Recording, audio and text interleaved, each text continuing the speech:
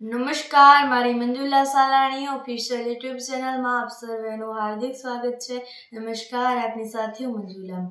ગુજરાતમાં એવા ઘણા કિસ્સાઓ ઘટે છે જેના કારણે આપણે સામાન્ય ઝઘડાઓમાંથી મોટી બધી ઝઘડાઓ થઈ જતા હોય છે, મોટી બધી બોલચાલી થતી હોય છે.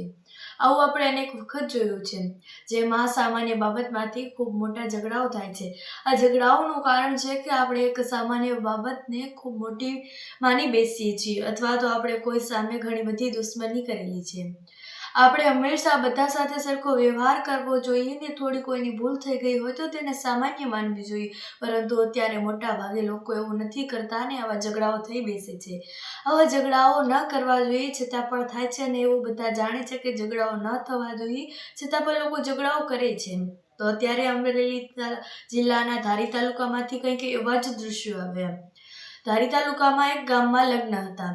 લગ્ન હોવાના કારણે ત્યાં ભીડ હોય ને જાનૈયાઓ આવ્યા હોય. આપણે સૌ જાણીએ છીએ જાનૈયાઓ આવ્યા હોય એટલે આપણે તેમને જમાડી. હવે જ્યારે જમાડતા હતા ત્યારે જ એક વ્યક્તિથી રોટલી દેવામાં કંઈ ભૂલચાલ થઈ ગઈ, તેથી સામેવાળા લોકો બોલવા લાગ્યા અને જે રોટલી દેવાવાળા વ્યક્તિ હતા તેમનો બચાવ કર્યો અને બચાવ કરવામાંથી ખૂબ મોટી બધી બોલચાલી અને ખૂબ ઉગ્ર બોલચાલી સાથેનો ઝઘડો થઈ બેઠો. ઝઘડો થઈ ગયો એટલે પછી આખા ત્યાં જે ગામ હતો બધે જ ઝઘડાના જ દ્રશ્યો હતા. બધે જ દુકાનો પાસે, શેરી ગલી રસ્તે બધે જ ઝઘડાઓ એકબીજા સાથે લડતા હતા. જ્યારે રોટલી બચાવવાવાળા વ્યક્તિ હતો તેમનો પ્રયત્ન કર્યો તો બીજા લોકો સામેથી આવ્યા અને બધા જ લોકો ધોકા લઈ અને વઢવા માંડ્યા અને આ વઢવેડ ખૂબ બધી મોટી થઈ ગઈ. અને જ્યારે તેમાં પૂછવામાં આવ્યું કેટલા લોકો ત્યાં ઘાયલ થયા હતા અને તેમાં 30 જેટલા લોકો ઘાયલ થયા અને 2 લોકો તો ગંભીર રીતે ઘાયલ થયા છે. આવા સામાન્ય ઝઘડામાંથી 30-32 જેટલા લોકોને શું લેવાની ઘાયલ કરવા જોઈએ?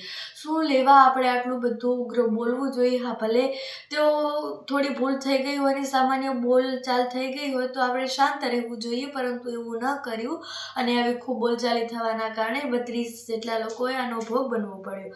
આના સિવાય કેટલાય લોકોને નાની ઈજા થઈ છે એ આપણે ક્યાં જાણીએ છીએ.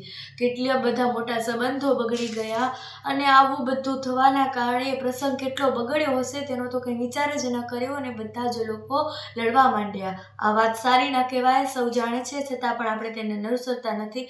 માટે આપણે આવી વાતોને અનુસરીને સામાન્ય બાબતોમાં ઝઘડા ન કરવા જોઈએ. તો આ બાબત પર તમારું શું કહેવું છે કમેન્ટ્સ પર જરૂરથી જણાવજો. સાથે જ મારી મંજુલા સાલાણી ઓફિશિયલ યુટ્યુબ ચેનલને સબસ્ક્રાઈબ કરવાનું ભૂલશો નહીં. નમસ્કાર અને મારો વિડીયો જોવા બદલ તમારો ખૂબ ખૂબ આભાર.